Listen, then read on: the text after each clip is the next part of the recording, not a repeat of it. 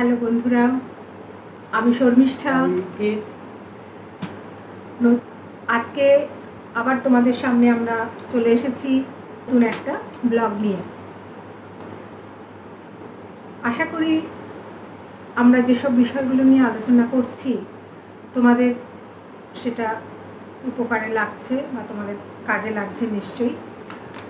তো সেরকমভাবেই আমরা আজকেও একটা ছোট্ট জিনিস নিয়ে একটু আলোচনা করব, যেটা আমি আমার ছেলেকে পড়াশোনা ইত্যাদির সময় পড়িয়েছি। আমার উপকারে লেগেছে বলে আমার মনে হয়েছে, তাই শেয়ার করব তোমাদের সাথে। কালকে তো ঋদ্ধির ছিল না, তোমরা দেখেছো। কেন ছিলে না? মুডটা ভালো ছিল না। ওর মুডটা ভালো ছিল না, তো সহজ স্বীকারোক্তি, ওর মুড ভালো ছিল না, তাই ছিল না। তো আজকে মুড ভালো আছে। আজকে মুড ভালো আছে, তো আজকে ও সব কিছুই করতেও রাজি। ও আজকে ভালো মুডে আছে। তার উপরে আজকে সন্ধেবেলা বেরিয়ে একটু রোল খাওয়া হয়েছে, তো সেই জন্য মুড আরও ভালো হয়ে গেছে। তো আবার টুপি কিনেছে। হ্যাঁ, ওরও আচ্ছা, বাবা টুপি কিনেছে। তো আমরা পরে সেই গল্পগুলো করব বন্ধুদের সাথে। আজকে আমরা এই ব্যাপারগুলো নিয়ে আলোচনা করে নিই একটু। আমরা সবাই জানি যে পড়াশোনা করতে গেলে যে কোনো সাধারণ বাচ্চারও একটা কনসেন্ট্রেশন লাগে, তাই তো? তো যে কোনো ছোটো বাচ্চা থেকে বড় কলেজ ছাত্র সবারই একটা কনসেন্ট্রেশন না ছাড়া কিন্তু সে পড়াশোনা করতে পারে না।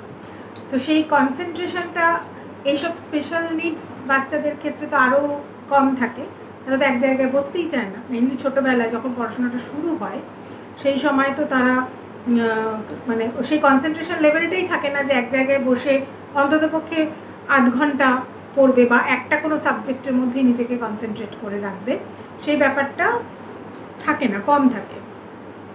স্পেশাল এডুকেটর দিয়ে যখন আমরা পড়াই তখন সেই স্পেশাল এডুকেটর এই কনসেন্ট্রেশনের উপর কাজ করান, এবং সেটা নর্মালি ওই বিডস, সুতোর মধ্যে বিডস পরানো, তারপরে ছোট ছোট রিংয়ের মতো একটার সাথে আরেকটা সুতোর মধ্যে ঢোকানো, যেটা দিয়ে অনেকক্ষণ ধরে আমরা ওই কনসেন্ট্রেট মানে ছেলেরা বাচ্চারা যাতে কনসেন্ট্রেট করতে পারে, তো সেরকম জিনিস করানো হয়। সেগুলো তো নিশ্চয়ই কাজে লাগে, খুবই কাজে লাগে।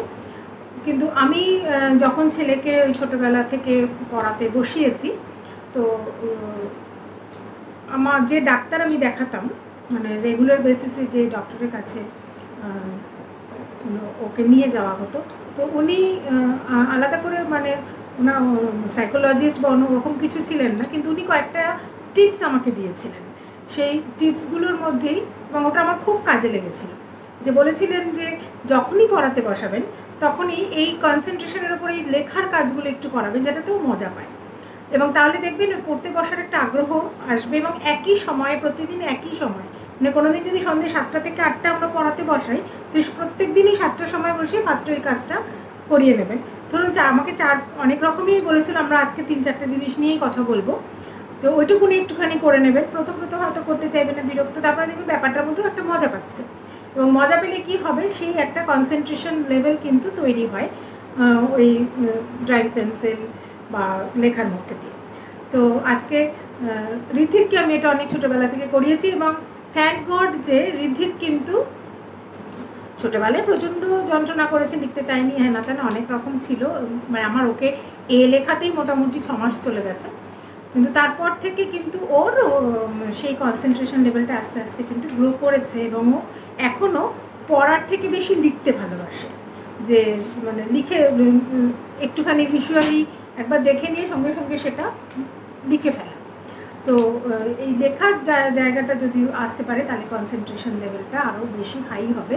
তো আপনারা একটুখানি দেখুন যে আমি কি কি করাতাম। আজকে অল্পই একটুখানি কিছু ঋদ্ধি করবে, তো সেটা আমি দেখাচ্ছি একবার।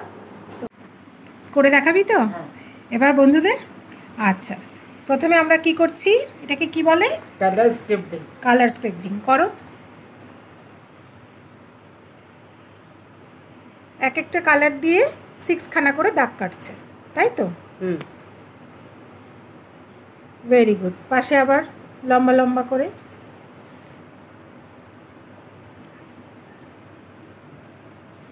হ্যাঁ, আবার আরেকটা কালার নাও।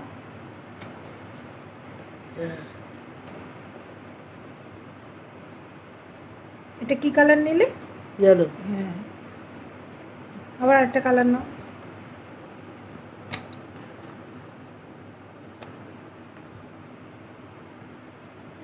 এরমভাবে বিভিন্ন 12টা কালার দিয়ে একবার লম্বা করে, একবার পাশাপাশি, মানে প্রথমে যদি 6 হয় তো তারপরেরটা 7, তারপরেরটা 8, এরকমভাবে আমরা কালার স্ক্রিবলিং করে করে 12খানা কালার দিয়ে এটা করা যায়।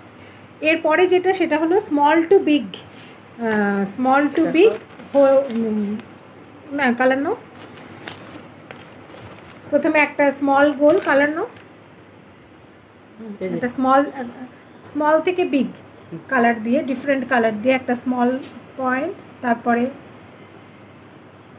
হ্যাঁ আরও বড়, পাশাপাশি কর, পাশাপাশি, হ্যাঁ আরও বড়, প্রত্যেকটা থেকে প্রত্যেকটা বড় হবে। হ্যাঁ, আবার এরপরে থেকে আরও বড়। গুড।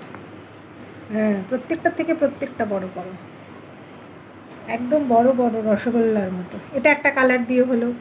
আবার পরেরটা আবার ছোট্ট করে করো, একদম ছোট্ট করে, বন্ধুদের দেখাও। হ্যাঁ, একদম ছোট্ট একটা পয়েন্টের মতো।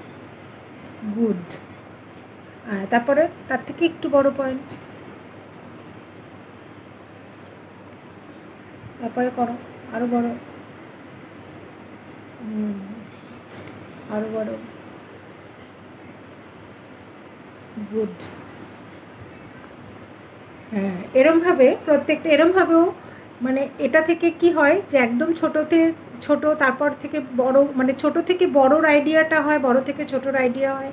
ডিফারেন্ট কালার দিয়ে করানোর জন্য সেই মানে ডিফারেন্ট কালারের আইডিয়াটাও চলে আসে। এটা দিয়ে আমরা, এবং অনেকক্ষণ ধরে যেহেতু অনেকগুলো গোল করতে হয়, সেজন্য সেটা দিয়ে একটা কনসেন্ট্রেশনও আসে। ভালো লাগছে করতে তোমার? এবার আমরা হোমের ব্যাপারটা একটুখানি করে ফেলি। আচ্ছা, এখানে আমরা যদি এইভাবে এই 1 2 3 4 5 6 7 8 9 10 এরকম দিয়ে এখানে একটা হোম করে দিই। আমরা সেই ছোটোবেলায় আমরা খেলতাম এরকম। এবং হোম থেকে একটা নাও, যে আমরা নাম্বার বলবো সেখানেও যাবে। যেমন হোম থেকে চলে যাও 3-তে, কোনো কাউকে টাচ করতে পারবে না 3-তে। হ্যাঁ, এবার 3 থেকে চলে যাও 10-এ, 3 থেকে চলে যাও 10-এ, কোনো কাউকে টাচ করা যাবে না। হ্যাঁ, 10 থেকে চলে এসো 1-এ, এইখান দিয়ে চলে এসো 1-এ। গুড। হ্যাঁ, এবার 1 থেকে চলে যাও 2-তে, 2 থেকে চলে যাও 7-এ, 7 থেকে চলে এসো 5-এ। এখান দিয়ে যেতে পারবে না, তাহলে এই দিক দিয়ে ঘুরে এখানে আসতে হবে, কোনো লাইনকে টাচ করবে না। গুড। এবার 5 থেকে চলে যাও হোমে। 5 থেকে কোথা দিয়ে যাবে? তাহলে 10-এর পাশ দিয়ে চলে যাবে, কাউকে টাচ করতে পারবে না। হোম, ঢুকে গেলে হোমে। তাহলে এই যে আমরা এই যে পুরো ব্যাপারটা, তাহলে কনসেন্ট্রেট করে করে করে করে এবার 10-এর পরে 20, মানে সংখ্যা বাড়িয়ে। এবার কেউ যদি সংখ্যা না বুঝতে পারে তো তখন সেখানে অন্যান্য ছবি টবি দিয়ে আস্তে আস্তে এটার স্প্যানটাকে বড় করতে হবে। করতে করতে পুরোটা অনেকটা সময় লেগে যাবে এবং খেলাটা ভালোই হবে। কি বুড়াই, খেলতে ভালো লাগলো? ছোটোবেলায় তুই করতিস, মনে আছে তো? মোটেই তো মনে নেই। যাই হোক, এইভাবে এখনও পড়াশোনার আগে আমি করতে বলি, কিন্তু সব দিনও করতে চায় না, কিন্তু এটা কিন্তু পড়াশোনার আগে করলে পড়াশোনাটা খুব ভালো হয়।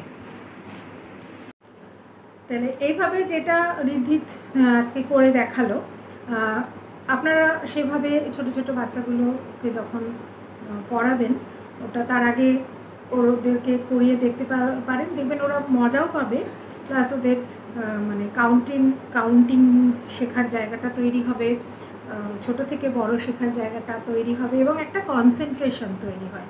এই যে অনেকগুলো জিরো করছে বা কোথা থেকে কোথায় যাবে সেটা তো দেখতে হবে, যে হোম থেকে আমি 5-এ যাব, কোনটা 5, তো সেই 5-এ যাব। বা আমরা আরও ছোটো বয়সে যখন 1-2 চিনতো না, তখন ওখানে বিভিন্ন খাওয়ার জিনিস এঁকে দিতাম, যে আইসক্রিমে যাও বা সন্দেশে যাও বা লুচিতে যাও, এরকম আমি ছোট ছোট ছবিগুলো এঁকে দিয়ে সেটার মধ্যে যেতে বলতাম এবং কাউকে টাচ না করে। এবার এই যে কনসেন্ট্রেট করতে হতো যে পাশ দিয়ে যাব, কার পাশ দিয়ে যাব, এই ব্যাপারগুলো কিন্তু কনসেন্ট্রেশন তৈরি করে। তো এবং সেটাতে আপনাদের দেখতে পাবেন যে লেখার প্রতি একটা অ্যাটেনশন তৈরি হয়।